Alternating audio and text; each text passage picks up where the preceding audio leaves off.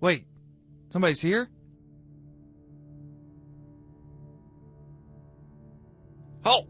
Identify yourself. Captain Johnson, 45th Infantry, Division 1, sir. We're here under orders from Lieutenant Commander Felix Sparks to liberate the Dachau concentration camp. Lieutenant Commander Sparks, eh? You can tell him that Brigadier General Henning Linden and the 42nd Artillery have already accepted the enemy's surrender. Yes, sir. Understood, sir. I will be taking command until you are relieved. You're going into Dachau concentration camp to help get things in order. We need to organize these freed prisoners so that when the Red Cross arrives, they'll find the camp, and the survivors will be prepared for them. Dismissed. Sir, we'll create 5-man teams and start a sweep of the camp.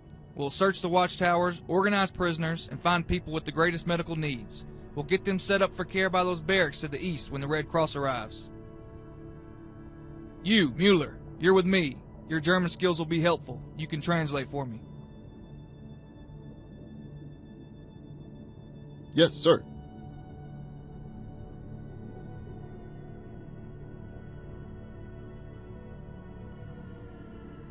Arbit Mach Frei. What does that mean? Sir, that means work sets you free. The Nazis said these labor camps existed to reform prisoners into model citizens. This phrase on the gate is a reminder to prisoners that in order to be redeemed, they must work. That seems like a cruel joke. Look at this place. Look at these people. They haven't received redemption. They look like ghosts. This isn't what freedom looks like. More like torture. More like hell. We started seeing these people coming out from the trees, from the woods, and then getting in the road and getting in the way. And we couldn't run over them. I mean, you know, that's not America. And then over the radio, they told us that they had just found out that these prisoners had been released from a concentration camp. They had been released to get in our way and to slow our path, slow us down. And they did slow us down, but they would absolutely stop us and kiss the front of the tank, or they'd salute us. It was, I couldn't help but cry myself. I had never seen anything like that. I couldn't understand, but when we got there, there were these stacks of people like cordwood, and there were still fires going. It was right early. There were still fires going in the furnaces, with bones in the furnace. In the barracks where they had these people, there's so many to one bed. I can't even remember how many. You almost couldn't count them, and they were all so. They're just skin and bone, every one of them. People wandering around, you wondered how they could even move. They were just nothing but skin and bone. There was large ground around there because it was a big limestone quarry. And all around there were these skin and bone people just wandering around, kind of listlessly doing nothing, just moving around. I was glad I got to see it, but I was glad that I didn't have to stay out there.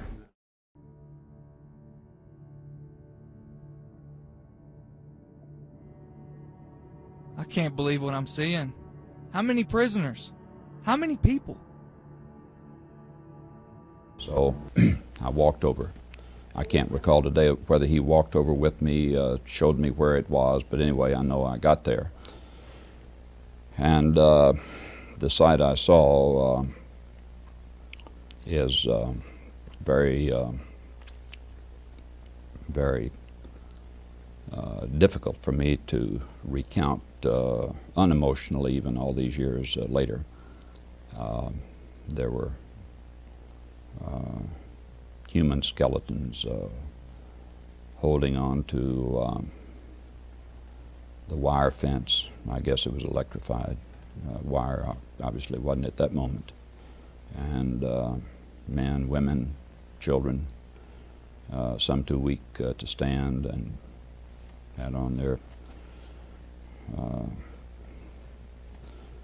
prison garb, identified by number, and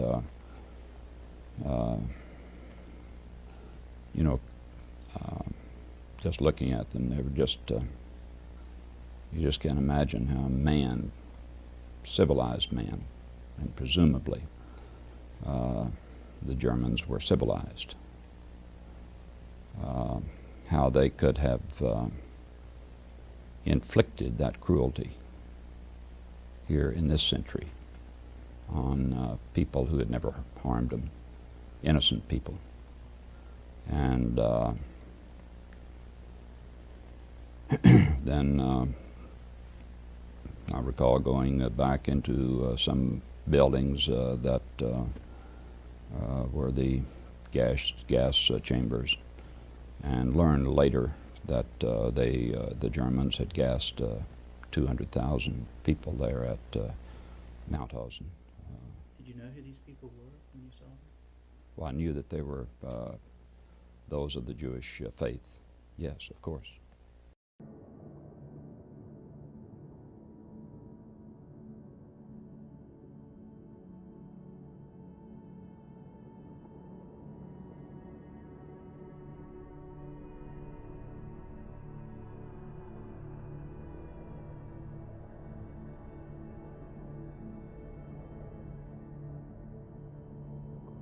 Mueller, can you ask those survivors what they experienced here?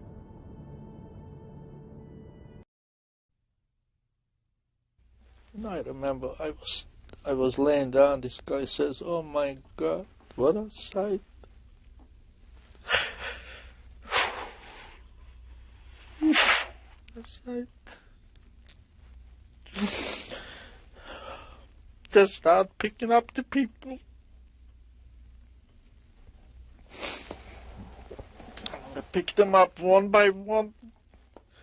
Most of them were dead because they couldn't. That one, and the less they were alive, they put them in trucks and jeeps, and they took him to hospitals, or they made tents, and they put him in. They gave him water.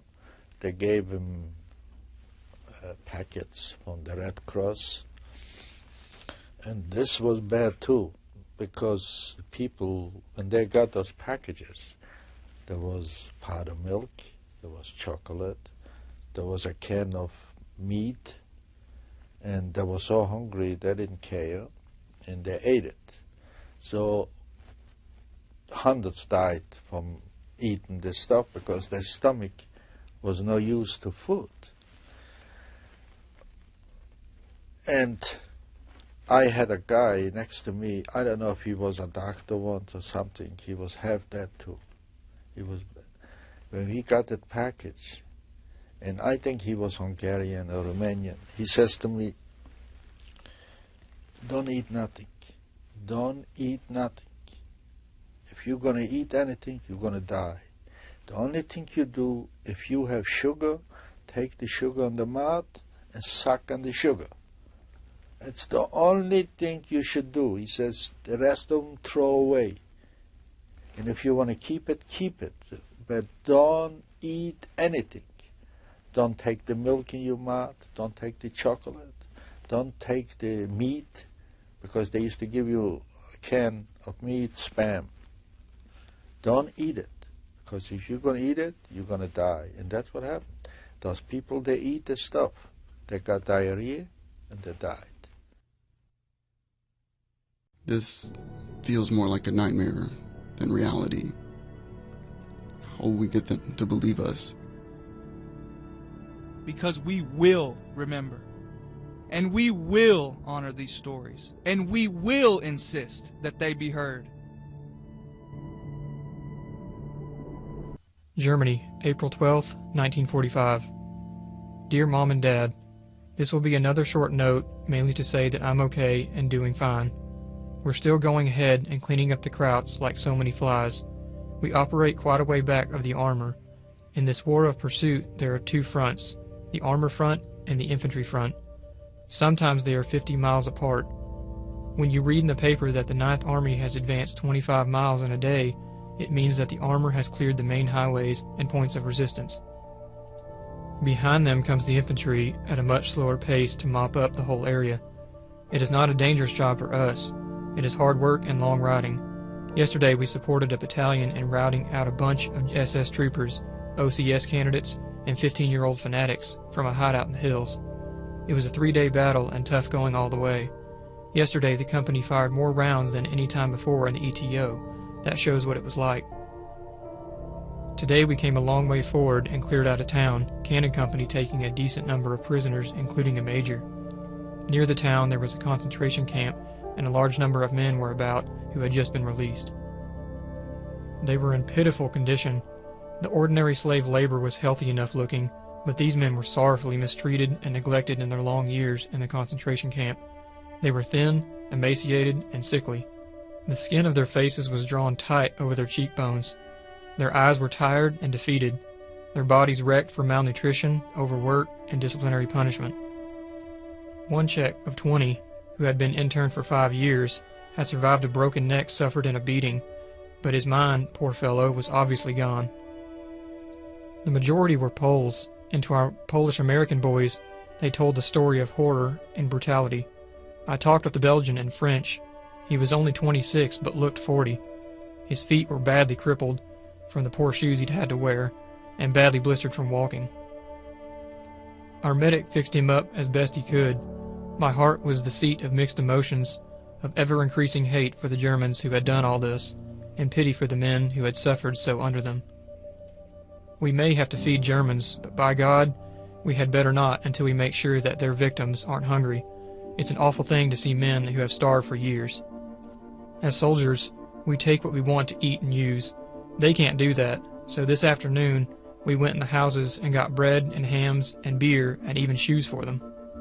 They are happy, extremely so, to be free and look upon us as liberators much more than the citizens of France ever did. Despite their terrible experience and the fact that they are still wearing their prisoner garb, of vertically striped brown and blue tunics and trousers with the big KL painted in red, these men are already on the move home, trying to start again. This world isn't all over for them. If we do not do more, this war is a success for my part. Love, Paul.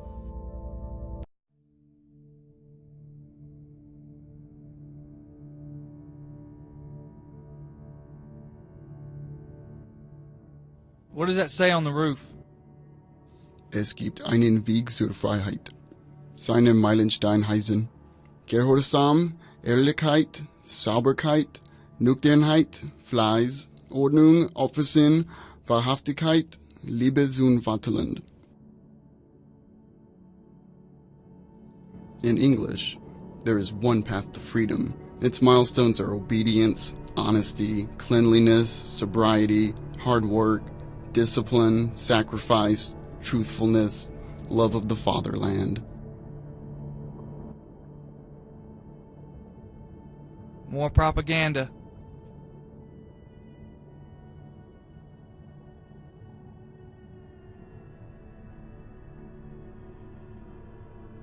Soldier, what do you have there?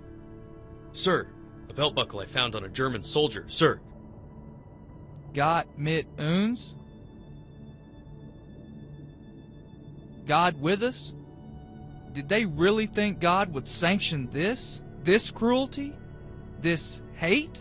These murders?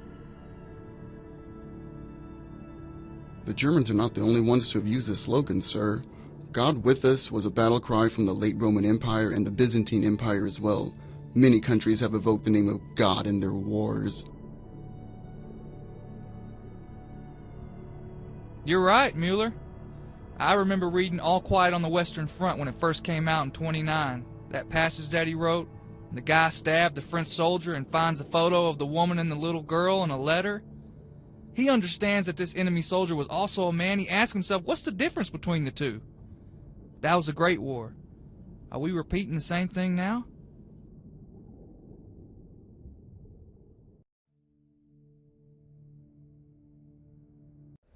In Theonville or outside Theonville, which is a very lasting, uncomfortable memory. We didn't have a lot of heavy clothing.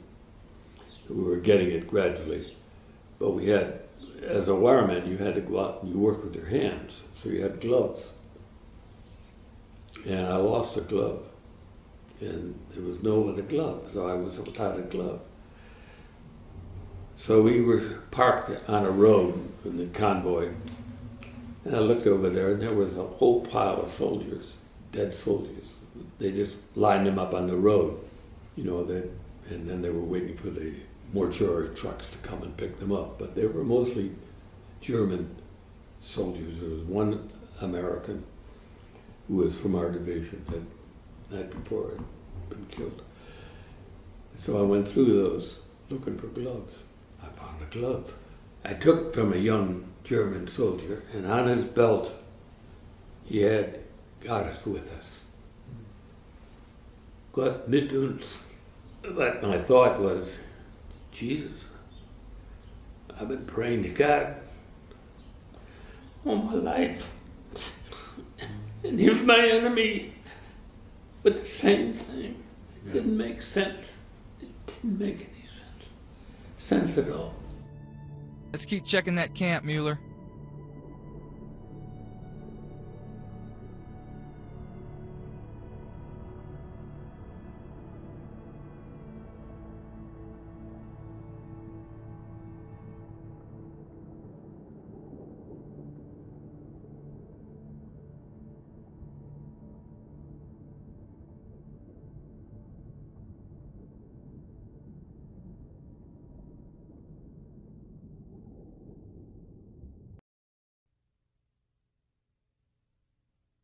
Bergen-Belsen was not like Auschwitz. There were no gas chambers.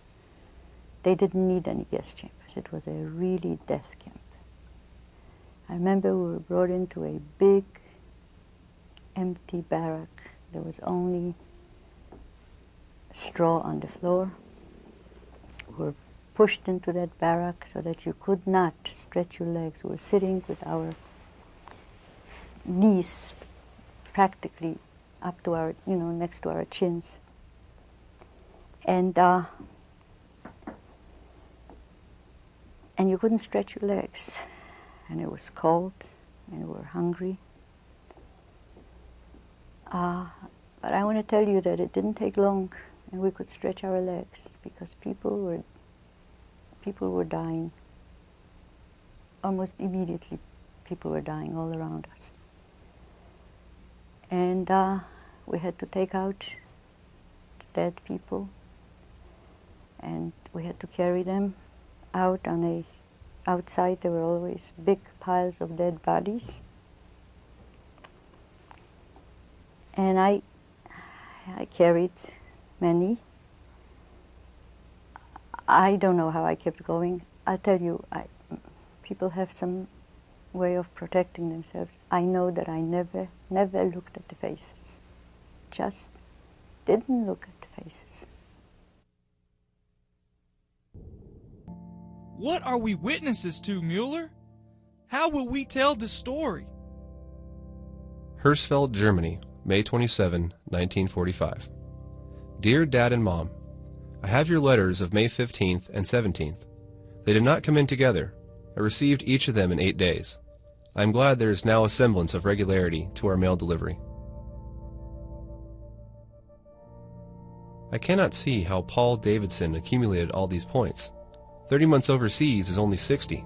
With his 3 battle stars and his Purple Heart, that only makes 80. Of course, that beats me.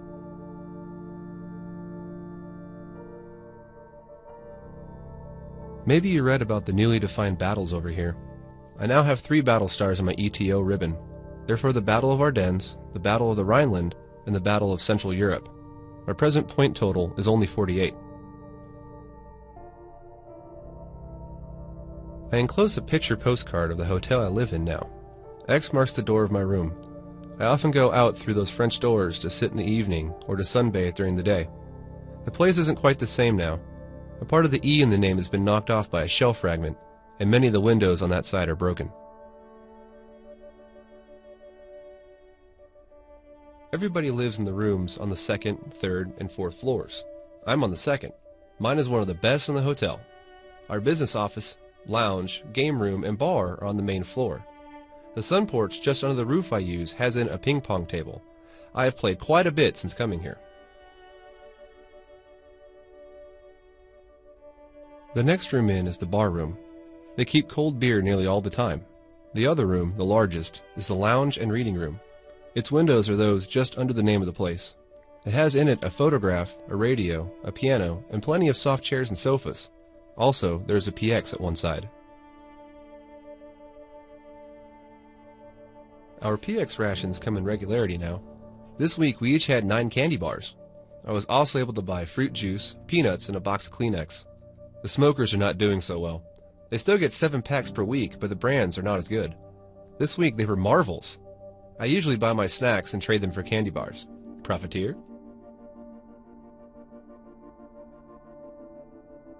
On Thursday, I spent the day going to Buchenwald concentration camp near Weimar, Germany. We had for a guide an old man, a Yugoslav, whose crime had been having 3 sons in Tito's army. This was enough to put him under suspicion. When a neighbor reported he was giving food to Tito, he was hustled off to the camp. He was 64 years old, and had spent 10 months under the Jerry's in the camp, when the Americans came through on April 11th at 4 o'clock in the afternoon.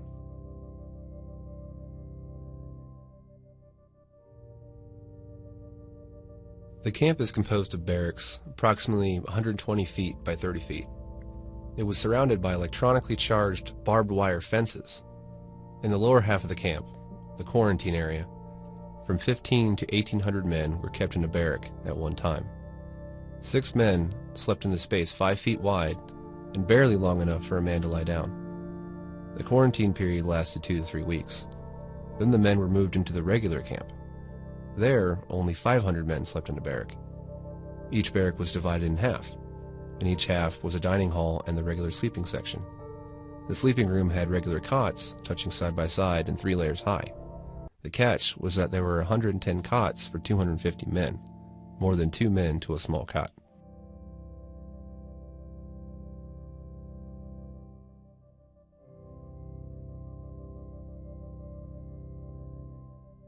At 4:30 each morning, everyone got up. 6 men were given 1 loaf of black bread, and each man was given a spoonful of margarine or sweeting. That was breakfast. At 6 o'clock, the workday began. There were all sorts of different jobs. The old man, who was our guide, worked in a rock quarry. There was a half-an-hour break at noon with no chow. At 6 in the evening, they came back for a meal of hot soup. It consisted of 2/3 liter of hot water. The old man insisted that's all it was. After chow, everyone in camp assembled in the main plaza, where they were counted. Everyone had to come. If a man was too sick to walk, his companions had to carry him. No matter the season, the weather, anything. Every night there was this counting.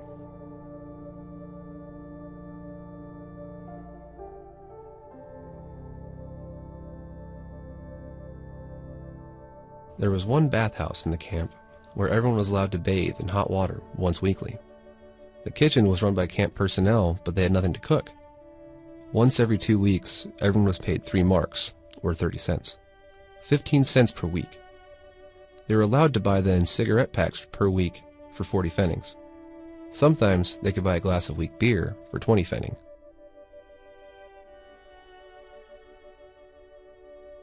I forgot to mention, in the dining hall, 28 men ate at an 8-foot table, where 10 men would be crowded. There was no exchange of mail. The camp hospital was run by prisoners. Their doctors were some of the world's finest, but they were given very little medicine. I saw a room where a Nazi doctor worked. Every evening, a little room was filled with 30 to 40 sick prisoners.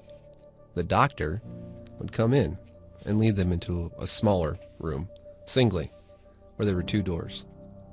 He would then inject air bubbles into their veins and they would fall dead in a few minutes. Then the victim was pushed out the other door, and the next man brought in. In all, this man calmly murdered 2,804 men in this manner. Count was kept by the other prisoners who were forced to remove the bodies to the crematory every morning.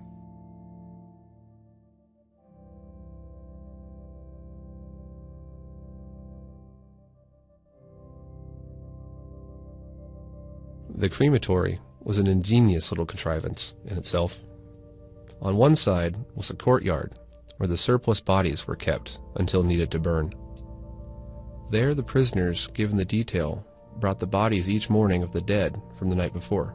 They stacked the bodies neatly against the wall of the crematory. Inside were 6 ovens that could reduce a body to ashes in less than 10 minutes. I saw ashes and bones, by the way.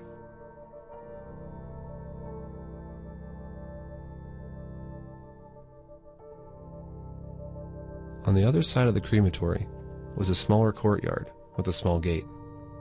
Here men were brought by the SS at night. They were hurried through, or they fell through a hole onto a concrete floor 12 feet below. If the fall did not kill them, they were stripped naked and hung by ropes to one of the 43 iron hooks just under the ceiling. There they were beaten with wooden clubs to speed along their deaths. The dead bodies were put on a small elevator to take them up the 1 story to the ovens. In all, 51,550 plus men were cremated there. The ashes were gathered haphazardly and sold to relatives who requested them. No one ever got the right ashes.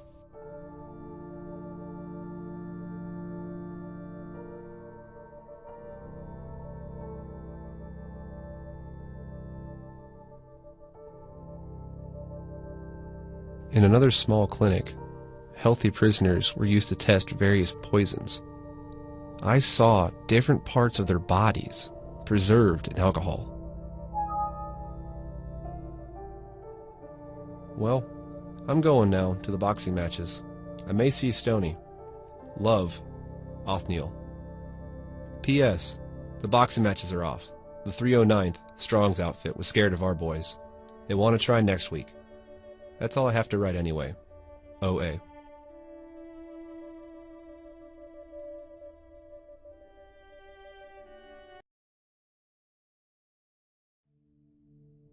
Mueller, this is unbelievable. The scale of this operation is incredible. None of the civilians said anything about this camp? How could no one have known about this? How could word not have gotten out about this?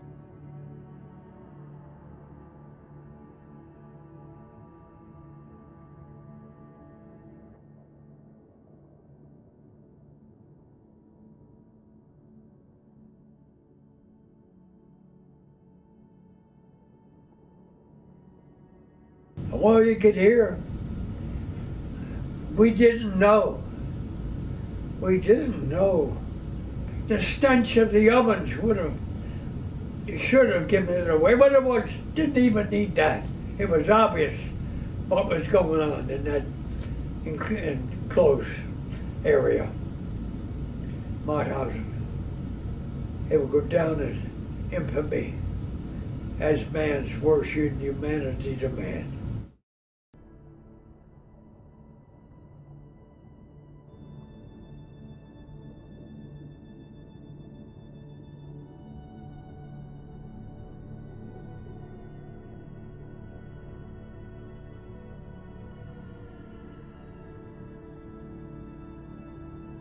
Who are these people? I'll ask, sir. They're Polish prisoners, sir. They were just in prison here a few weeks ago. Polish Jews? No, sir. These are Polish political prisoners. Many of them are Christians. Many of these men are pastors and priests. They were in prison for speaking out against the Nazis. They said 3 of them have been killed since their arrival. They aren't Jewish, but I thought... No, sir. Most of these prisoners here are Jewish. Anti-Semitism was a focal point of the Nazi platform, and the final solution was a plan to take care of what they called the Jewish question. There were mobile killing squads and later killing centers, death camps. This camp, Dachau, was a concentration camp. Here we have Jewish prisoners, but we also have political prisoners, undesirables. The Nazis rounded up people they saw as enemies of the state, and that included Jews, communists, the Roma, homosexuals, Jehovah's Witnesses, and many others.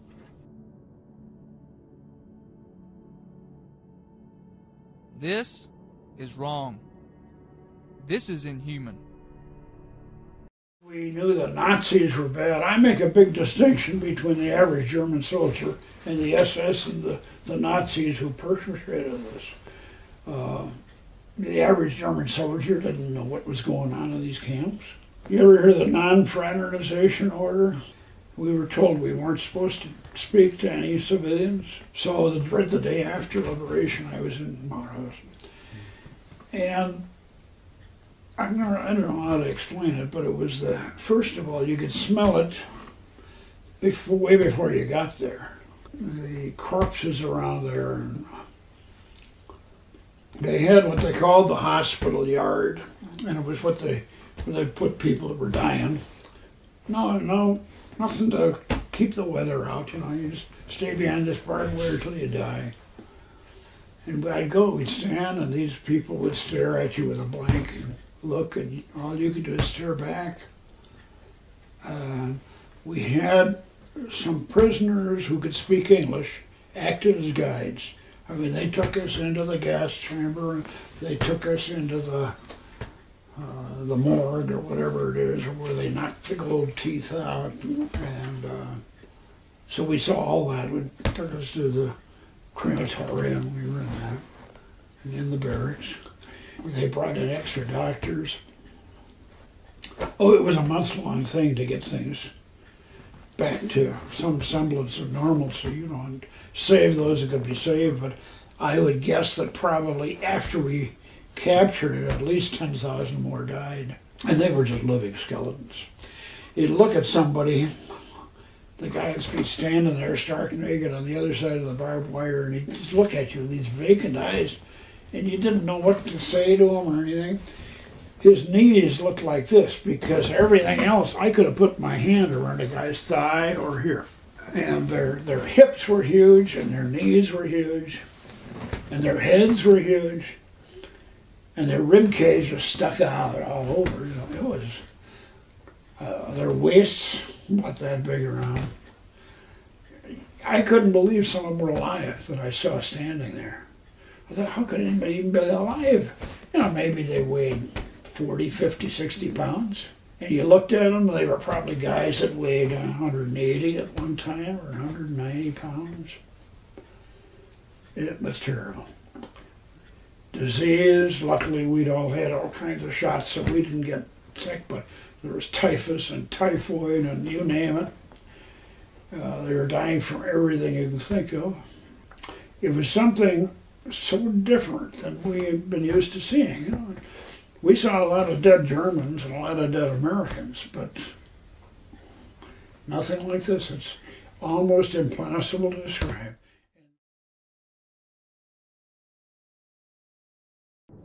This is why my family left Germany, sir. My family was worried. They read newspaper reports, they listened to the radio.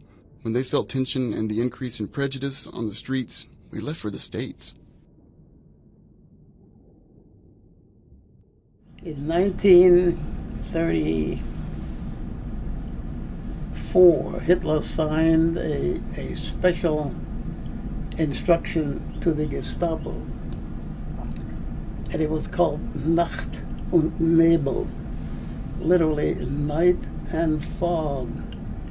And if they wanted to do away with you, they sent an arrest record and marked it N, Nacht und Nebel. You would never heard of again. Because they would take people, kill them in the camp, cremate them. I mean, this was, not everybody knew this. I was a young kid. Everybody knew about the concentration camps. They would talk to each other in bed late at night, because if the father said something and the little boy would go to school the next day, and in class, if he would say, well, my father said that isn't so, or it's so-and-so, next thing, The Gestapo was there, and people kept saying, "We don't know anything about it." Believe me, I can tell you truly, that was pure BS.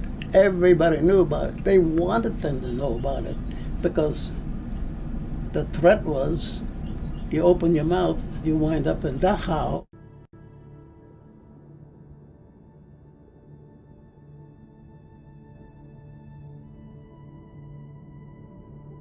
Captain, the camp is in order and ready for the Red Cross. We found no other enemy soldiers, sir. Good. Inform the general the camp is secure.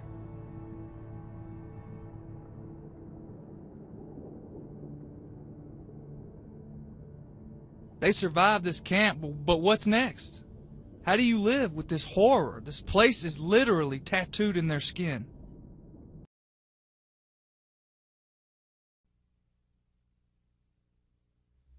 I was very bitter after the war towards everybody. How they allowed me to go through such misery for so long. And then on top of it, I didn't even know for a few months that my mother survived or my father, which he didn't. And I was terribly angry at everything and everybody, because nobody even cared after I survived that I survived. I had to be protected even after that. When we were in the orphanage in Krakow, we were not allowed to go out because some people felt that we should not have survived. And it was not safe to go out from from the house that we were kept in the garden. That was the only place we were allowed to go. And the war wasn't even over then. It was the spring of 45. So after surviving all this, and my God, the thoughts, the hate that I had, the things that I was going to do to the Germans for doing these things to us. It's awesome for a child to even think about these. You know, I'm even afraid to think about them now myself. I was going to be a butcher. The things that I was going to do to revenge. And then, actually with the help of Mother, to try to forget the past, I realized that living a normal life and continue being to be able to feel and enjoy that I was not destroyed.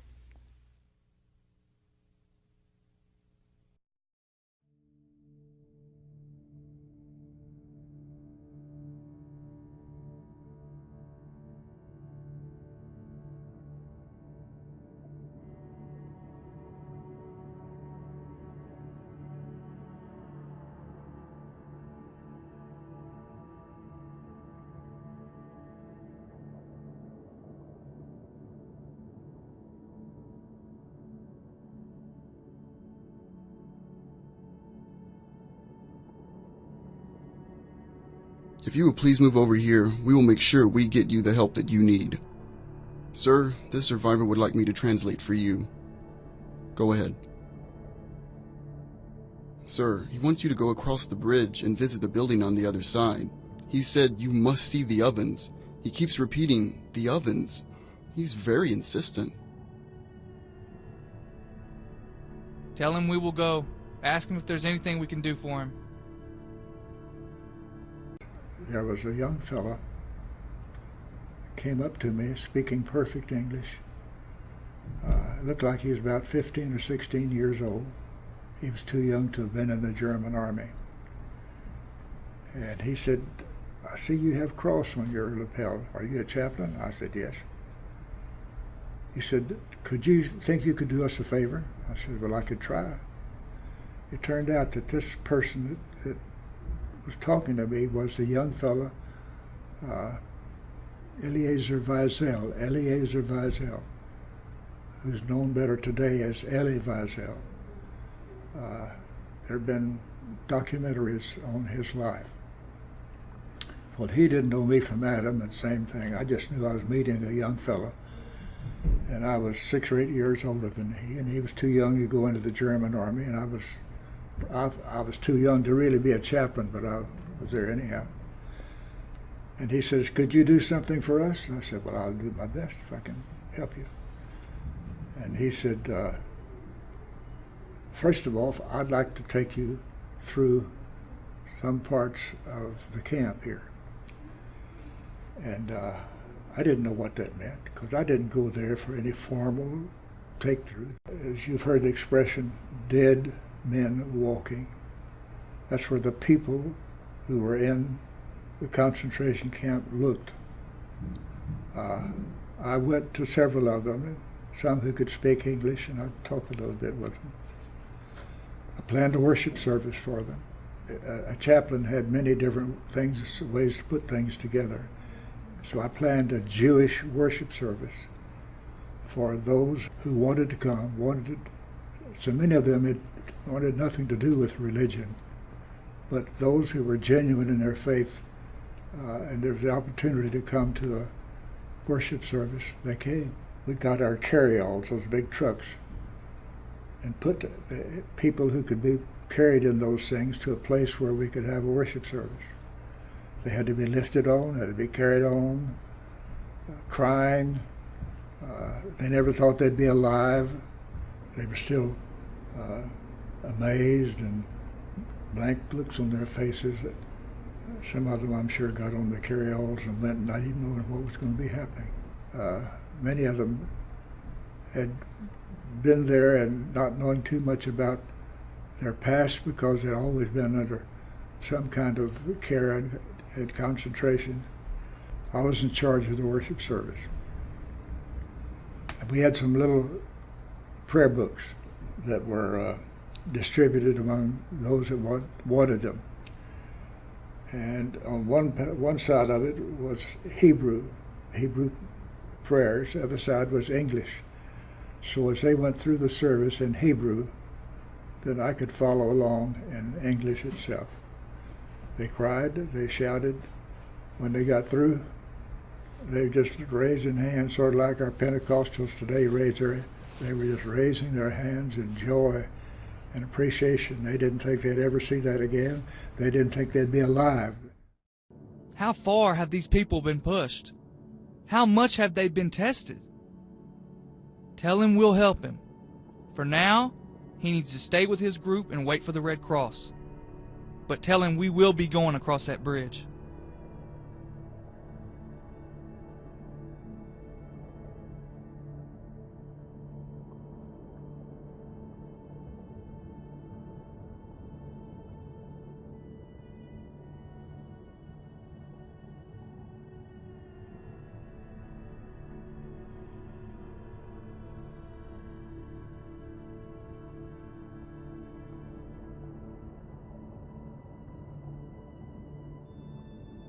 The smell!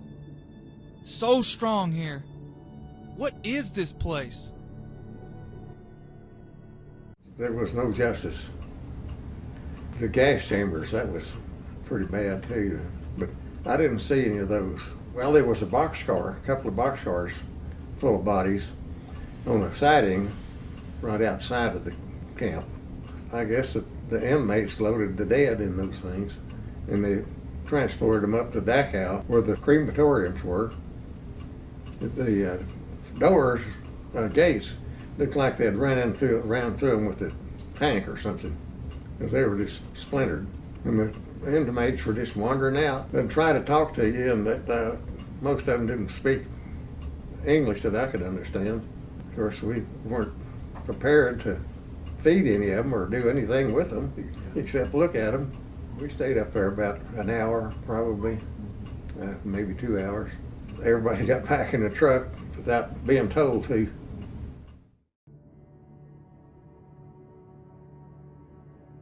This can't be.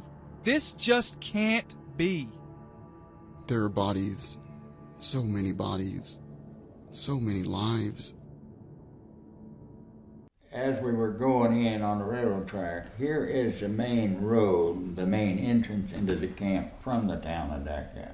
I didn't want to go in that way because I knew that If there was any resistance, it would be there. So we just kept inching our way into the camp, and where it took us was to the ovens. It was well paved on both sides of the track, and the ovens were well built where we were. We couldn't see into them, so I had the driver drive up alongside one of them. And we both got out and got up on the deck of the M8 and looked in, and believe me, the Holocaust existed. They were loaded with bodies. The bodies still had their uniforms on, but they were purposely put there for putting into the ovens. And the whole truth became evident. Mueller! Mueller! How is this possible? How many have died here? On May 4th, 1945, a German guard got on a loudspeaker and he said that the Allies are coming and that the Germans are leaving, that we are free. People were emaciated. I mean, just to walk would have been an ordeal, and we did not believe it. But we really did see German guards coming, climbing down the towers, changing into civilian clothes, and running off. And after about couple, 3 hours, myself and maybe 25, 30 other people who could still walk, we came to the gate, and we were pushing on the gate and on the wiring, and we broke through an open hole in the wiring, and we were outside the camp, and we went to like a warehouse that was there. And in this warehouse there was so much food, so much bread and canned foods and marmalade, and that it was incomprehensible that here you have people dying every single day just 50 feet from you. It was food to save everybody's life. We saw the American flag, and the lead tank stopped in front of us, and a young American soldier, about 18 years old, jumped off the tank, looked at us, and started crying.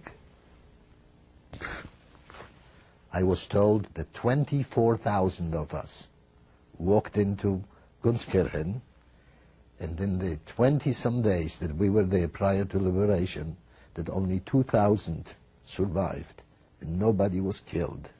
And of the 2,000, I understand that about 1,200 died after the liberation from malnutrition. My father was one of them. My father and I slept side by side in this hospital for 30 days, and every day I was getting stronger, eating voraciously every single day. My father was so far gone that he couldn't even hold food.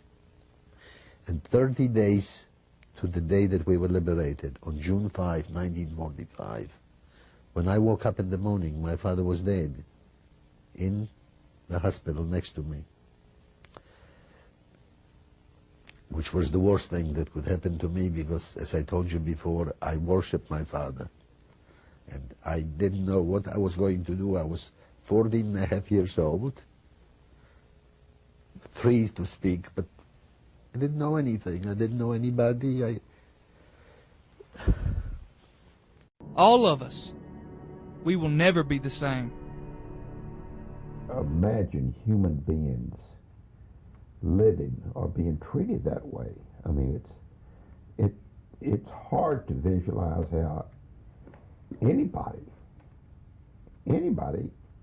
I mean, you possibly think that beasts live like that, but it's utterly impossible in your mind to think that one human being would do that to another human being.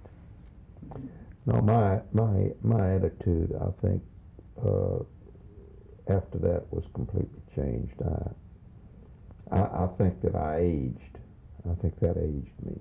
I think that had more to. In other words, up until that time, I don't think I really was a man. But until I saw that, when I saw that, I said, this world can't go on like this. This is unbelievable. After you went through the camp, you wrote your rabbi a letter. How soon after? Do you remember how soon after that you wrote your rabbi a letter about what you saw? I think this happened while, I would say within the first 2 or 3 days. I didn't remember writing this letter until Jerry Crystal brought to my attention the copy of the letter. This letter was dated in May of 1945. And it was you wrote it. This is from your rabbi, yes, Lefkowitz, from Rabbi, in Dallas. Rabbi David Lefkowitz of Temple Emmanuel in Dallas. Okay. I'll just read one excerpt. I can well understand the effect that German brutality visited upon the Jewish people has had on you. Of course, every Jew feels the same, but I wonder whether the Jews will remember and the world in general will not forget, ? They are showing pictures of the horrors of the concentration camps here in the United States. But even these views may not bring home to some people, perhaps to many people, the lessons that underlies the whole horrible story, namely that we must guard against all outbursts of racial and religious hatred, and must conserve religion against that kind of paganism that made these horrors possible. I see you are working in a displacing persons camp. That must be a pretty sad place. Be as gentle and as thoughtful of those people as you possibly can. They have suffered much.